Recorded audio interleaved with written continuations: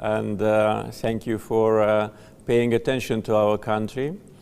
And I'm very glad that you are spending in Azerbaijan several days, so that will be a good time in order to know our country, our people more. And you're absolutely right that we preserve the authentic origin of our cities, of our achievements, and at the same time we are modernizing the country. So what you see in Baku is a combination of modernity and traditionalism, and I think they do not confront, they are not in contradiction. And that was done deliberately because in such a historical city as Baku, first objective is to preserve our history, our architectural monuments, and at the same time to allow city to develop. And in Baku you can see both. So I think it's really important asset, and thank you for noticing that. We've been to quite a number of cities, not as many as you have been, but I must say Baku is unlike any city that I've been to. First of all, to begin our interview, Mr. President, we want to acknowledge that this is the 100th birth anniversary of your late father, the national leader, İlham Əliyev, who was not only considered the national leader, the founding father of modern-day Azerbaijan, but really a founder of Chinese-Azerbaijani friendship. So first of all our respect.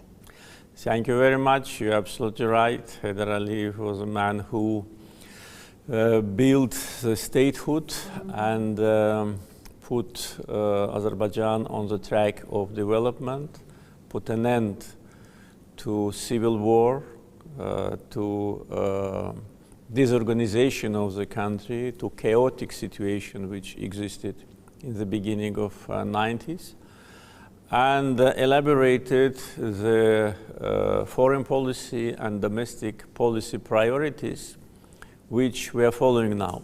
Of course, the world has changed for 30 years, but our primary objectives has not changed. This is a strengthening of our statehood, our proactive foreign policy based on our national interests, and economic and social development of Azerbaijan, along with very active regional policy.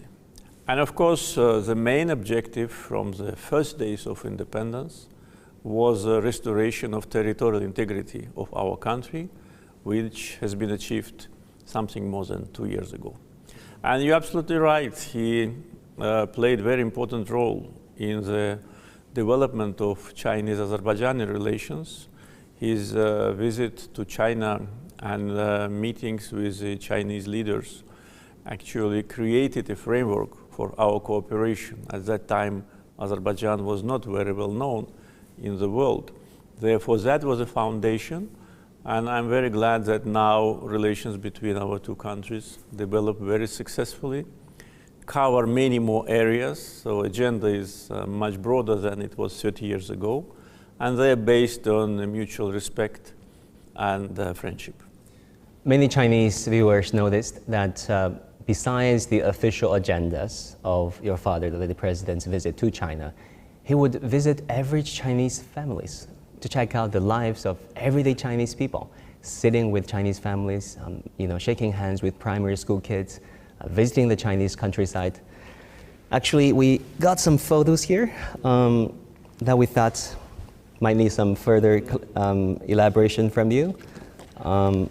This photo was taken in the 90s, right? Yes, yes, exactly. Between him and a Chinese family. Yeah. This is a great photo, sitting among the people. Yes, but this is actually illustrates what you said, that he was really very interested not only in official contacts, but also to establish people-to-people relation. And this photo actually demonstrates that. And this one?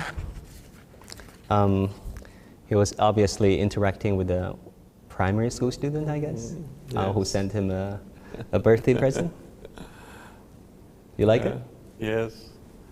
Yeah, really, that's good illustration of what you've mentioned. And of course, the Great Wall, the Forbidden City, Yes. the tours over Yes. there. Yes. So how would your father tell you about China and his China trips? What was China like to him? And then how do you see the continuity of this friendship from one generation to another? Well, actually, for him, China was not something which he had to discover. He was well aware about the development of China in different times when he was senior deputy prime minister of the Soviet government. He had many occasions to meet Chinese representatives, and he was well aware about the dynamism, the development of your country. And when he became president of independent Azerbaijan, of course, one of the main foreign policy priorities was to establish bilateral relations. And I remember when he returned from his official visit to China, he was very impressed. He saw the growing power. That was almost 30 years ago. He saw a consolidated society and a country which has its very clear objectives. And meeting with ordinary people actually was part of his character. He did the same here, as you can imagine, in Azerbaijan, always trying to feel the pulse of society, to see how people live, what do they think, what are their problems, what their aspirations. And therefore, it was natural that he wanted also to have this feedback from ordinary Chinese people.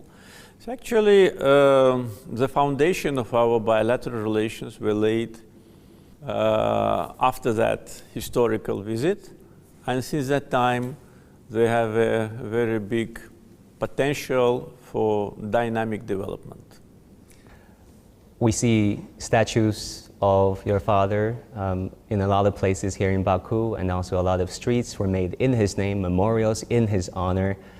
I feel that there's something deeper than what everything appears. There's something deeper about the respect and affection from you to your father. What does your father mean to you personally? Well, as for every person, the parents, especially in the society like Azerbaijan, are always very dear to the children. And Azerbaijan society, based on traditional values of the families, and these traditions are very deep. And it is important that we now, after more than 30 years of independence, living in the global environment, manage to preserve these family values and respect to the elderly. And this is a foundation of our society. For me, as for any other Azerbaijani, the father is a very dear person, the person whom you want to look like, especially when you can be proud of your father. This is a big happiness for me because I was with him during the most difficult times for him personally and for Azerbaijani people, especially when Soviet army attacked Azerbaijan on the 20th January 1990. He raised his voice. He was actually almost the only one who raised his voice denouncing that bloody attack. And he really understood that that can cost him a lot. We were living in the Soviet country. It was still 2 years before the Soviet Union collapsed. No one could imagine that this may happen in January 1990. And there should have been a lot of courage and love to your people to publicly denounce the brutal, bloody attack on civilians, which cost the lives of more than 100 innocent people. And he was the one who left the Communist Party of Soviet Union as a result of anti-Azerbaijani position of the Soviet government. That was also a very courageous step because Soviet government and Soviet system was still very strong and very suppressive. And he had to take that into account. But for him, the matter of national interest of Azerbaijani people, national pride and justice were prevailing all his personal concerns. So that was a difficult time for him and for all of us, but our family was together. The same was when Azerbaijan was full of disturbance and disorientation and chaos during the civil war, when people of Azerbaijan only saw the salvation in him and invited him to come in the most difficult times. He was already 70, he was not a young man, and to come to lead Azerbaijan in 1993 was a really very courageous step, and once again demonstrated his love and commitment to Azerbaijani people. And when Azerbaijanis consider him as a founder of the modern Azerbaijan, they're absolutely right, and respect to him based on several layers. It's not just one factor, it's all his life. In the most difficult times, to lead the country, to find the best solution, to demonstrate wisdom and courage at the same time. This is a very rare quality for politicians, especially taking into account that Azerbaijan is not a big power. Azerbaijan was already occupied by Armenia, and we faced enormous economic difficulties. Inflation was more than 1,000%. There was a total unemployment and poverty. And army basically did not exist. So in these circumstances, to keep country together and to put it on the track of development and to come to where we are now, really, it's a big personality can achieve that.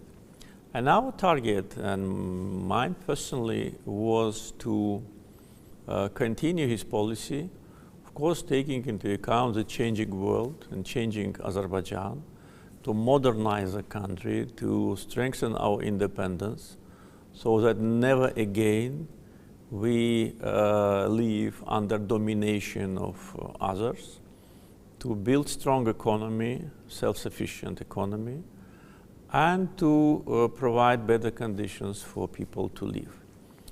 So when we talk about modern Azerbaijan, not only when we celebrate his 100th anniversary, but in general, we all should understand that the foundation was laid by him, and if not for his leadership in the difficult times of 90s, today's Azerbaijan would have been absolutely different, and it's even very dangerous and scary to imagine what kind of problems we may have had. I think it would be fair to say that Azerbaijan has come a long way, carving out its unique path politically, economically, and socially, and in terms of playing this delicate role in the evolving geopolitical landscape of the world. I want to shift gears a little bit and talk about China-Azerbaijan relations. You recently described China-Azerbaijan relations as excellent. Where do you think it is, and how do you want to take it to the next level? Yes, I can only confirm what I said. I consider relations excellent. And this analysis, this word, also covers a very broad agenda of bilateral relations and very clear prospects for future cooperation.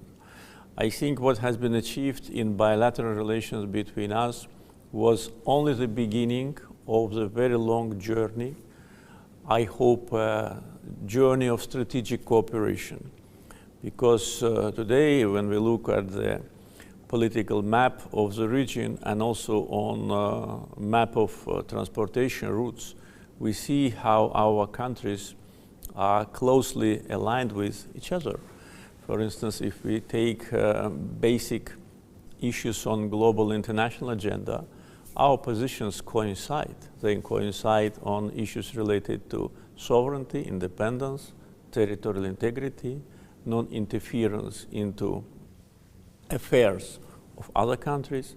They coincide on issues related to economic cooperation, and we see the growing numbers of mutual trade and especially the potential. We see the emerging new transportation routes which will unite our countries even more in the future, and that will be also a big contribution to regional security and stability, because when countries are united in a format of cooperation which is mutually beneficial, it adds to regional stability, predictability, prosperity, and development. So with respect to foreign policy priorities and agenda, I see a lot of similarity between the policies of China and Azerbaijan, as well as in any other direction. And relatively recently, our relations have been intensified even more. And of course, my meetings with President Xi Jinping play an important role in elaboration of the direction, and they put very clear targets for development. But at the same time, communications on the lower level, on the level of governmental officials, level of parliamentarians and representatives of society, and also relations between our parties. Also, this creates a very special format of cooperation. Therefore, when I say that, I think that it's only the beginning of a long journey. I think that that covers these views. And with respect to the future of bilateral relations, we have a unanimity in policy between China and Azerbaijan. So I really can only reaffirm what I said, that relations are excellent, and they will be even better than that. You talked about your meeting with President Xi. You met him on several occasions. What do you think of him as a leader? What kind of person does he strike you as? I had a chance to meet President Xi Jinping many times in China and also on the sidelines of international events. And I have great respect to him, and I always was impressed with his vision, his intelligence, openness, and being deeply aware about bilateral relations between us. Because China, as a global power, has a very broad foreign policy agenda, much broader than one of Azerbaijan's, but at the same time being deeply aware about the substance of our cooperation, about prospects of our cooperation, really demonstrate that President Xi is a very responsible person, and this resulted in the very successful foreign policy. And you know that year after year, the number of friends of China in the world is growing, and this is due to this wise policy. And we can only, applaud to what he is doing in development of his country, in providing assistance to those who need this assistance. And this, I think, is one of the unique cases on global arena, especially now, when you just help countries which need help and which cannot get assistance on time and from other sources.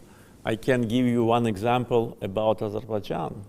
When COVID started, we were in a big trouble because we did not have vaccines. And the only country which helped us with vaccines was China. I wrote a letter to President Xi asking to help, and immediately there was a response. We got the first portion of 1 million doses, and we started vaccination in the middle of January, so one of the first in the world. And that was because his policy to help, And how can we forget that? But at the same time, I can tell you that probably you know that there have been countries in the West which stockpiled 5 times more vaccines than they needed. And they left countries who could not produce and could not get access just without vaccination. So they just were, how to say, demonstrating this vaccine nationalism. And also I can tell you that Azerbaijan was one of the countries which publicly struggled against the vaccine nationalism as a chair of non-aligned movement. So what I'm trying to say is that this is an example which demonstrates the Chinese policy towards Azerbaijan. And I'm sure the same policy is towards every country which needs help at the time when it is needed. Therefore, as I said, I had many meetings with President Xi Jinping, and as a person, he is very friendly, very respectful, very open, and really, I also, as a person, enjoy communicating with him. Talking about connectivity and infrastructure projects, cooperation, actually, Azerbaijan holds a record. It has the shortest implementation time, one of the shortest implementation time among all the countries for Belt and Road infrastructure projects. Only 307 days. We're talking about huge infrastructure projects here. How did Azerbaijan do it? How do you look at the merits of the Belt and Road initiative? You know, one of the targets for our development was to transform Azerbaijan into one of the regional centers for connectivity. Because if you look at the map, you'll see the geographical advantages of Azerbaijan, which is situated just on routes from north to south and east to west and backwards. But lack of transportation infrastructure actually created a situation that our geography was not used. And I was absolutely sure that we can improve that. So we started to invest largely in transportation infrastructure 15 years ago. We started to put large investments in domestic infrastructure because first we needed to upgrade transportation infrastructure at home, and at the same time to build connectivity bridges with our neighbors. So we wanted really to become an important transitor, but for that, geography is not enough, even infrastructure is not enough. You need something more, which is good relations with your neighbors, because you cannot become a transit country if you do not cooperate with your neighbors. And that was also part of our foreign policy priorities, to build strong relations with the neighboring countries based on shared interest. So when we were, how to say, incorporated in Belt and Road Initiative, we already came with the infrastructure which was available.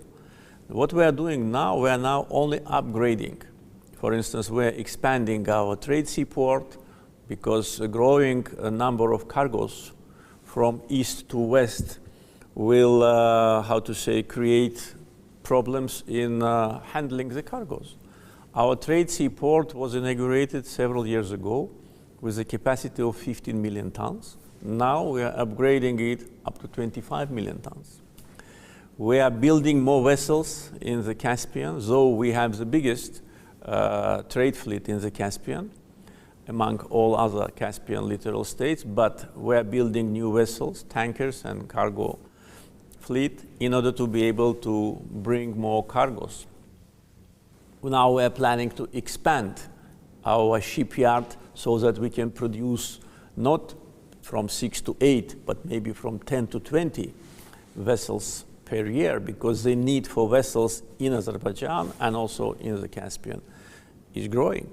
We are now modernizing the existing railroad in order to allow more cargoes to pass, so the speed of trains will be higher.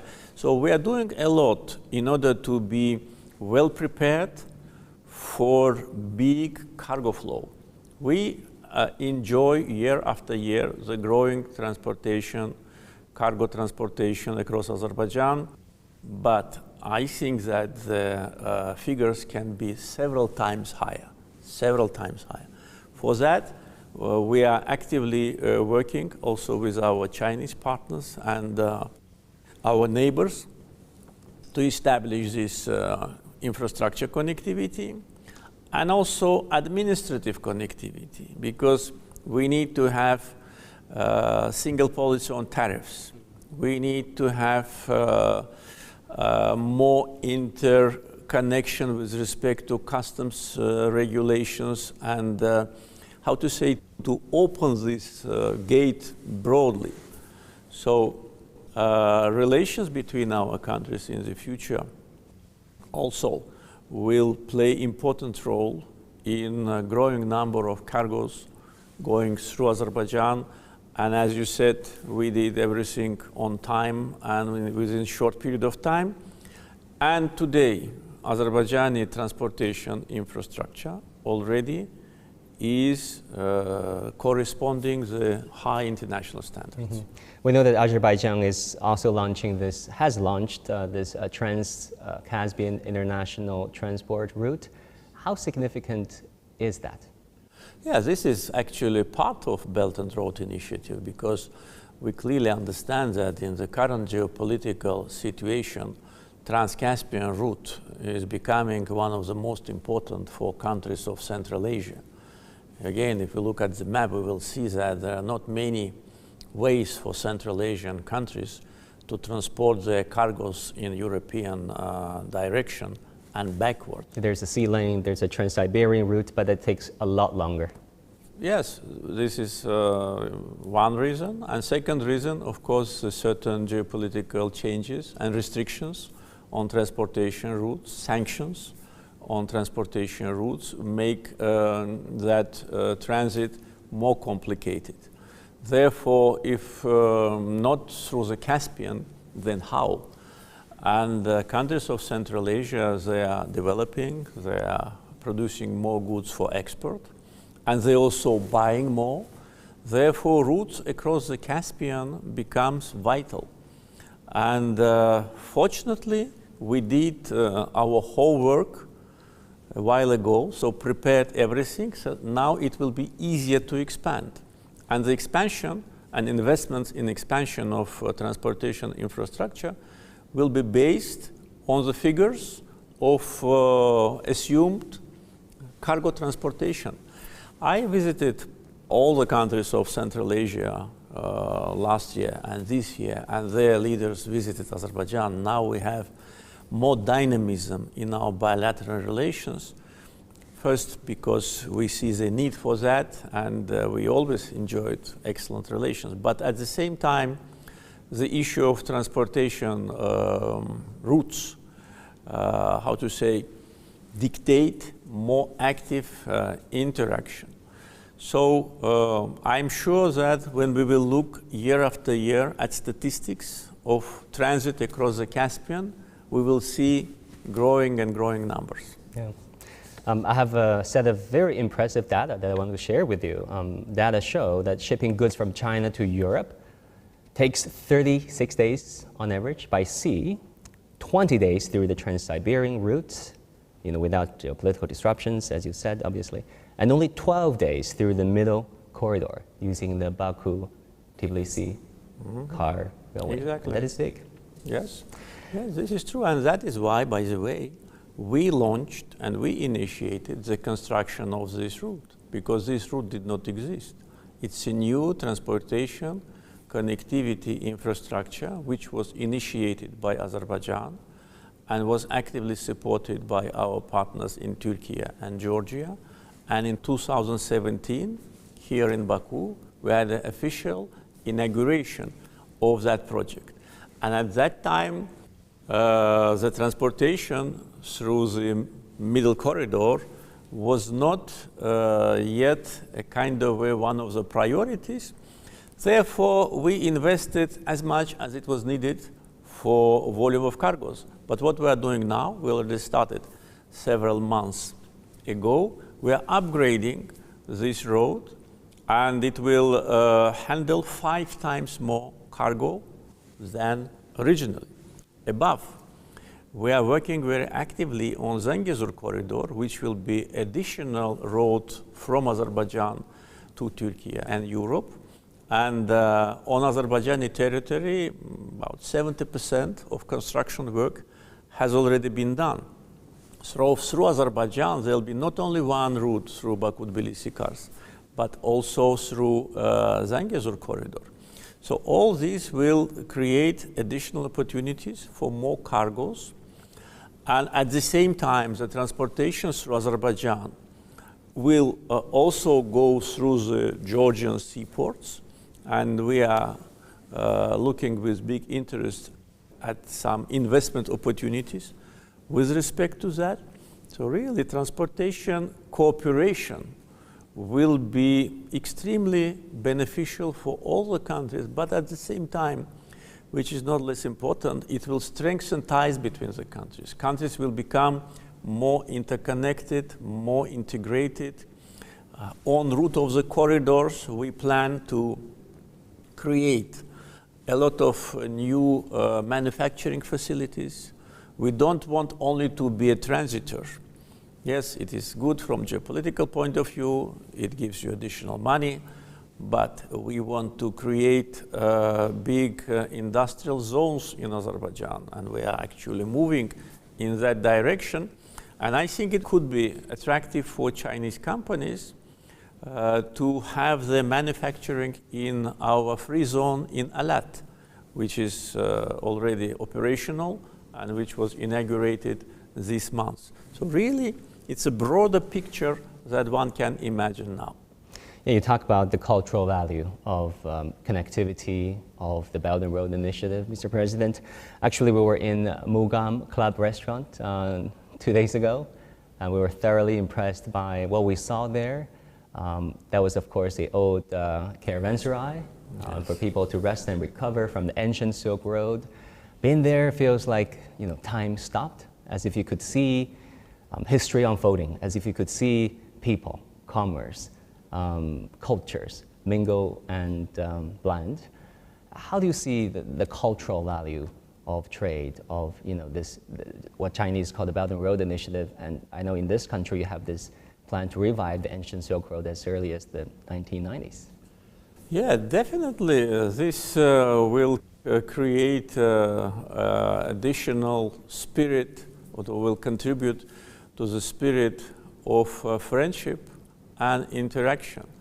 Because countries which were situated on the ancient Silk Road, one of the, specifics or similarity is that they have a diverse societies, multi-ethnic and multi-confessional societies, and Azerbaijan is part of that positive scenario. Therefore, cultural heritage of Azerbaijan, as you can see with your own eyes, is something which is duly protected by our state, and for us it is a asset which we need to keep, preserve, and hand over to new generations so that they do the same. We managed to preserve our cultural heritage for centuries, though for a long time Azerbaijan was deprived from its statehood. We were not an independent country, but at the same time we kept our national identity, our language, our literature, our music, our traditions, our cultural heritage. So even in the times when we were not independent, we managed to do it. Therefore, definitely we will continue to preserve our cultural heritage, which is part of the world heritage. And at the same time, more connectivity projects with partners will lead to more visits, more tourists, more trade, more interaction, and that will only make richer our culture and our society. So we look at this from this point of view, and we are very fortunate that Azerbaijan, throughout the centuries, and especially during the times of independence, really demonstrates high standards of ethnic and religious tolerance, coexistence. All the ethnic groups who live in Azerbaijan, they live as one family, and this is one of the biggest assets. So we are trying to preserve it, and I'm sure we will succeed. I'm reminded of an old saying that says, when trade stops, war may start. Yes, the converse may be true. When there's more trade, yes, there's better chance of people and countries get along. Absolutely, and also it will strengthen stability, security, to a certain degree, in good sense of the word, interdependence. So there'll be a lot of benefits for people, for countries, and in these circumstances, of course, it will be stable. President Aliyev, I must tell you that you became quite famous in China, thanks to your interview with a BBC journalist 2 years ago. It went viral, that video, went viral in China. And many people are like, wow, this is what a national leader can do to unbalance coverage of the West. What was it like back then? Well, I had numerous interviews during the 44 days of a patriotic war, mainly with journalists from the West, and majority of them were, I would say, very aggressive, and they were trying to present Azerbaijan as an aggressor. You know, while we were liberating our territories, we were fighting for our territorial integrity. We did not step on the territory of other country. We were just eliminating the 30-year consequences of occupation and ethnic cleansing which we were facing. And of course, I was sure that Western journalists who come to Azerbaijan to make some, how to say, video footage, and also to meet with me, they were well prepared. It would be naive to imagine that they do not know the history of the conflict, who is the aggressor, who is a victim of aggression, and what is happening. But at the same time, they were trying to present situation, not only during our meetings, because they made a lot of, how to say, reportage in Azerbaijan, as if Azerbaijan is aggressor. So that was absolutely unacceptable, and that once again demonstrates a biased and unbalanced and anti-Azerbaijani approach of the Western media, which reality in which we live for 30 years. This is true. Yeah, many people think that the Julian Assange hit was a great counterpunch. How did you come up with that? Well, actually, if you are trying to accuse something of violation, first thing which you should do is to look in the mirror and see, do you have spots on your face or not? What happened to Julian Assange is absolutely unacceptable. This is a brutal violation of freedom of speech. The person is tortured. He was tortured for several years in one embassy. He is tortured now in, I talk about moral tortures. I don't know whether he is physically tortured or not. I cannot say what I don't know. But the person is suffering just because he produced some information which he got from some sources. Maybe he was wrong, maybe he made a, how to say, violation, but in the West they present situation like journalists can do whatever they want and they're immune from any criminal case, and if you arrest journalists, it means that you are a dictator.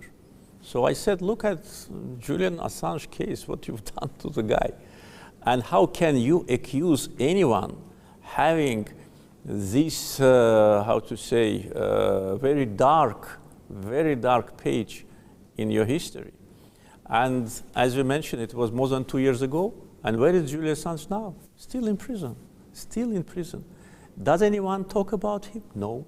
Back in the day, I was a Washington, D.C. correspondent for 8 years, and I must say I learned a lot in both directions.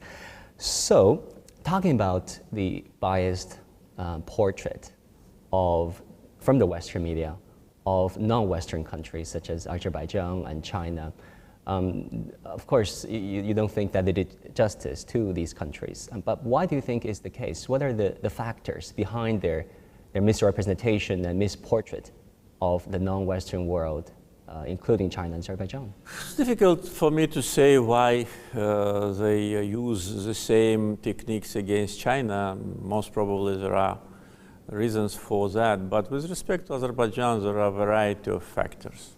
One of them is, which is not the main one, but one of them is that Armenian lobby, which has a big infrastructure in the United States, in France, in some other Western countries, they are attacking Azerbaijan on a regular basis. They corrupt politicians. They penetrate into establishment, in parliaments, in media, in governmental offices, and they target all the arrows at Azerbaijan, and they're creating a kind of atmosphere of Azerbaijanophobia. But this is not the only reason and the main reason. The main reason, I think, is that Azerbaijan pursues independent policy based on its national interest. Azerbaijan, unlike some countries, do not engage in any adventure which is not in line with our priorities and our national interests. In other words, we behave independently and our policy is independent. We will defend our identity and our dignity with all the means which we have. So I think this is a basic reason why Azerbaijan continues to be a target for media attacks, attacks from so-called independent NGOs. We all know that they're not independent. Who can say that human rights, Amnesty International, Freedom House are independent? Look from whom they get the money, who orders the music, and then you will see they're totally dependent. The Carnegie Endowment for International Peace exactly. And the like. Yeah, exactly. They're totally dependent, and they cannot afford even one step right and left which is not agreed with their bosses. But you know, we managed to live in this environment. For me, the most important is not what Western media write about Azerbaijan, but what people of Azerbaijan think about the policy of our government. And as you can, you know, see, and if you talk to the people, you will see what they think about our government, whether we are right thing or not, and the consolidation of our society and you know, strong support, strong public support is not only, of course, mainly generated by our policy and also liberation of the former occupied territory, but also it is a reaction to anti-Azerbaijani propaganda. And if somebody in the West think that by insulting the government officials, by spreading slander and rumors, they can influence public opinion of Azerbaijan, maybe they're right, but their influence is not in the direction they would like to see. On the contrary, society consolidates even more because we see that this is unjust. We've been occupied for 30 years and there was no denouncement of Armenian occupation. And now there's only this mentioning of quote-unquote peaceful settlement. Exactly, only peaceful settlement, not mentioning of which is the jargon of double standards. Exactly. These are double standards, and our society very well understands that. And also, it's important once again to see it's not only interview of some journalists, but the governments. Now we are facing very, to say, unjustified attacks from French government. Can you imagine? France became the biggest advocate for Armenia, and okay, it's their business, but they became the biggest anti-Azerbaijani source in Europe. They attack us on every direction, and their foreign policy statements and statements of officials are beyond any political ethics. So they're accusing us of what we hasn't done during the war and did not apologize for that.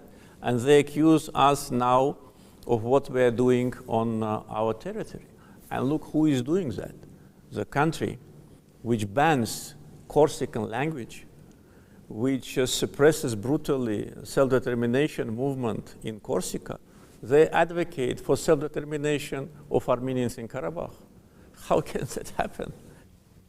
During the war, when the political aggression was beyond any borders, I said that if they want to have Nagorno-Karabakh Republic somewhere, they can have it on their own territory. For instance, around the city of Marseille, where there are so many Armenians, let them announce Nagorno-Karabakh Republic there, and we will recognize it.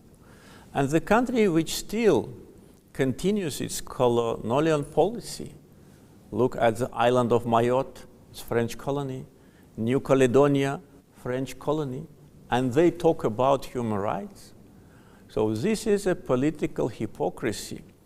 And when we say what I say now, you will see immediately they will again organize all the media and will start insulting, attacking, spreading rumors about Azerbaijan, its leaders, and its policy. Talking about territorial integrity, there's something that is very dear and near to the hearts of many, many, many Chinese. That is the issue of Taiwan. There's this outside intervention on the issue of Taiwan. You earlier said that you don't support efforts to try to split China. Can you elaborate? Well, we always supported and continue to support China's territorial integrity and the policy of one China and the policy of reunification of China. This policy has been articulated many years ago and was reconfirmed on many occasions, and it is absolutely unchanged and will never be changed. First, because China for us is a friendly country. Second, because we always support laws and principles of international law. And international law cannot be treated selectively.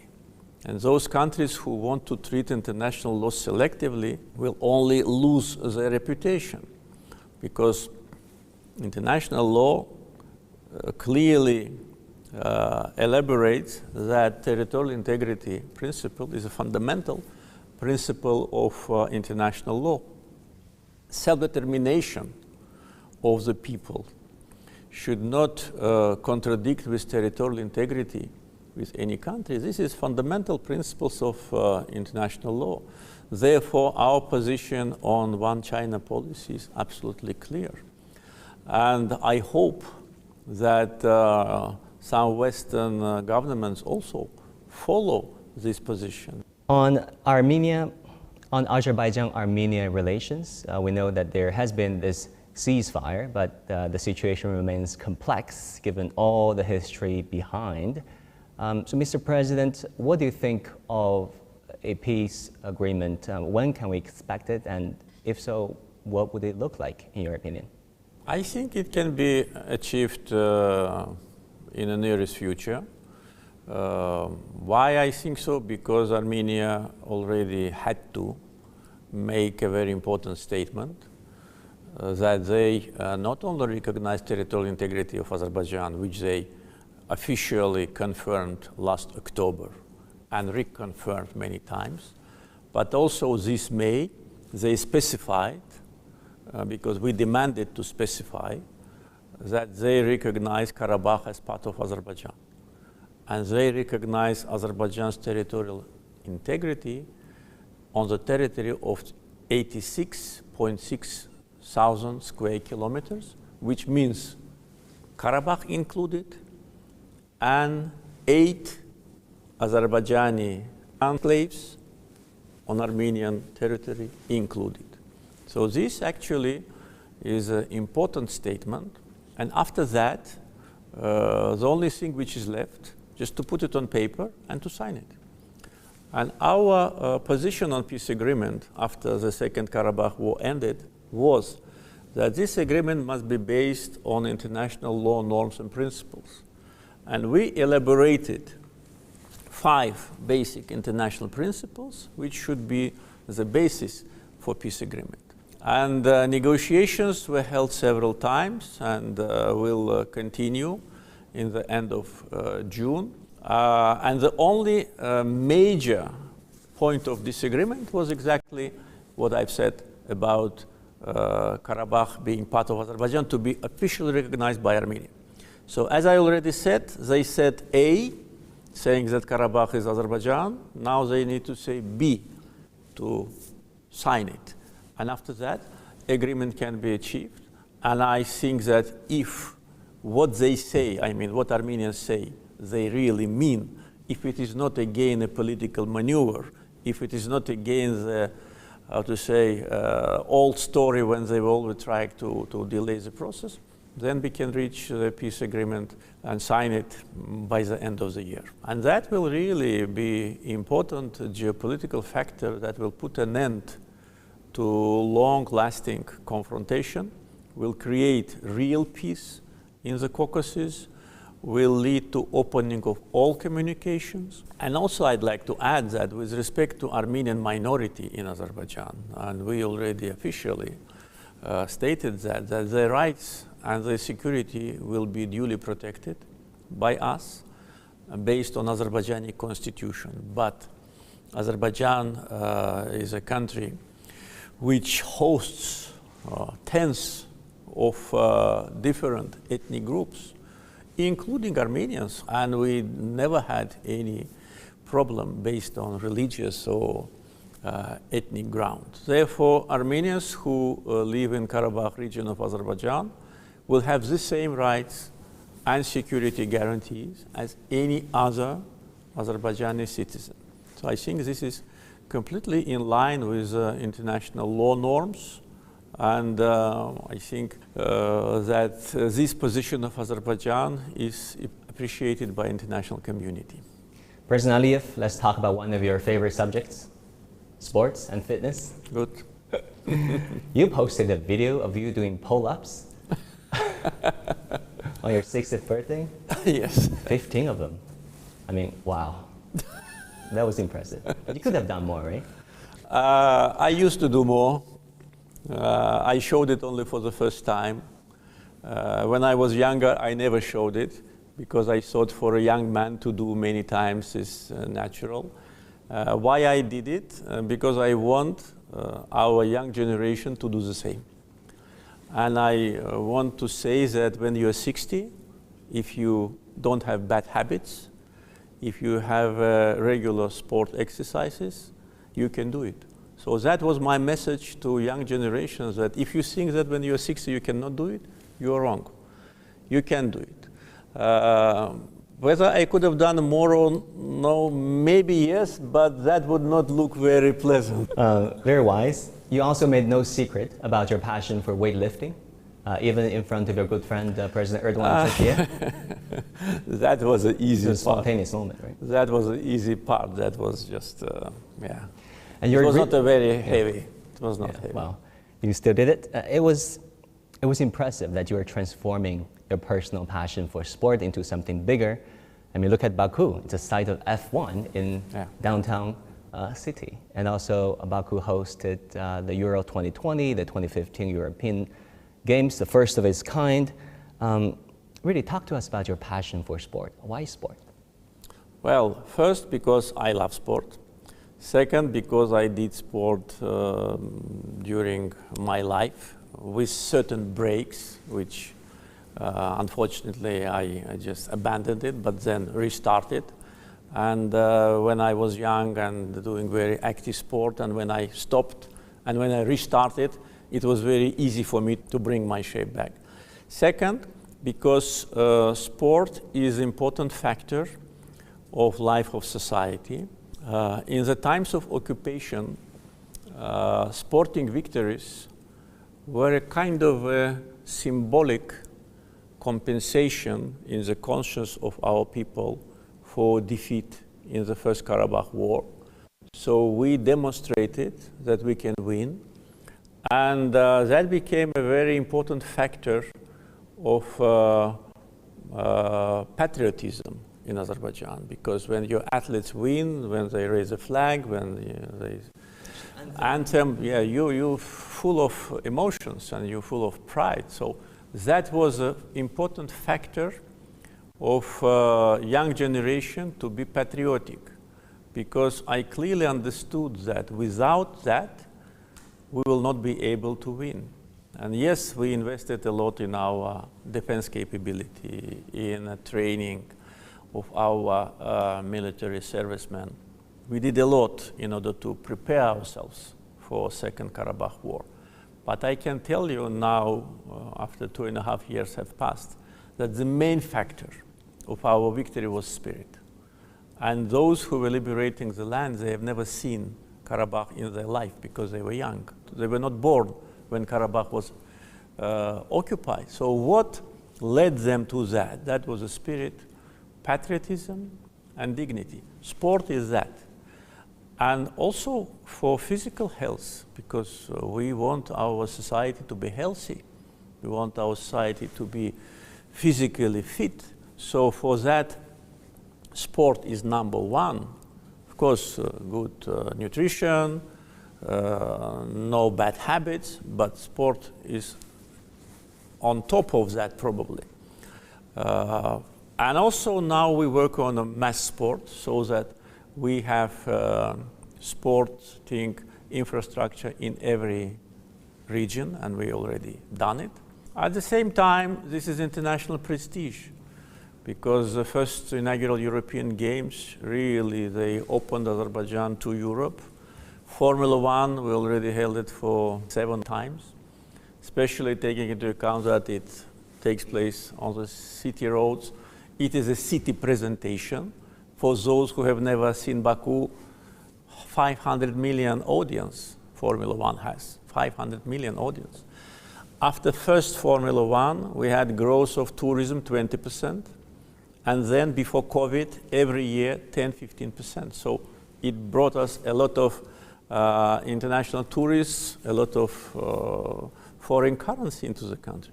So it is a lot of factors which, how to say, dictate that every government should pay big attention to sport development.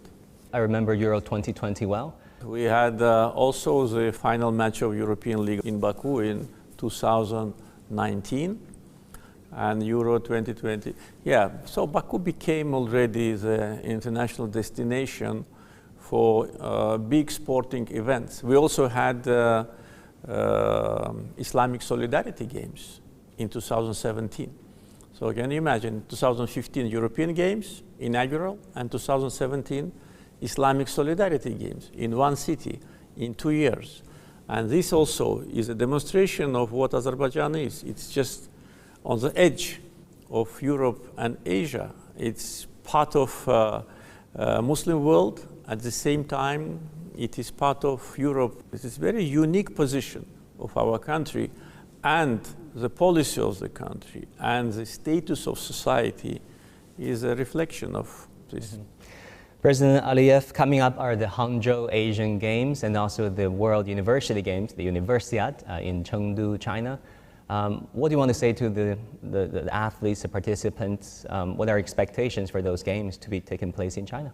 Well, only wish success to organizers. I'm sure they'll be organized on the highest possible level. I know how sporting events are being organized in China. I was at the Beijing Olympics in 2008 and spent several days in your beautiful country. As you can imagine, we are not participants to Asian Games, but we will be present with big team at the University Games. I think with more than 150 athletes, so it will be several times more than ever before. So wish athletes victory, organizers success, and Chinese people to enjoy this festival. Finally, Azerbaijan is still a mysterious and remote country in the opinions of many everyday Chinese. I'm sitting with the president of the country, so I'm tempted to ask you, can you maybe tell the Chinese viewers of our program Why Azerbaijan? Why they should consider Azerbaijan as their next tourist destination? Well, first of all, people of Azerbaijan are very friendly and hospitable. Second, we have very modern hotel infrastructure. We have a diverse nature. We have 9 climatic zones, and the country's territory is not very big, so you can reach either by train or by car, or maximum by plane easily. Roads infrastructure is one of the best. Cuisine, I think, also one of the best. We had so much kebab. And well, the weather is very friendly, so you can ski in the mountains, you can swim in the Caspian Sea, you go hiking, you go to see mud volcanoes, you go in the Karabakh mountains and woods, so lakes and rivers. And also, I think that Chinese tourists will feel that people of Azerbaijan have a very big sympathy with China, where they know your country and they know that we are friends on a political level. Therefore, they will feel themselves at home. President Aliyev, thank you so much once again for welcoming us into your country, and thank you for this interview. Thank you.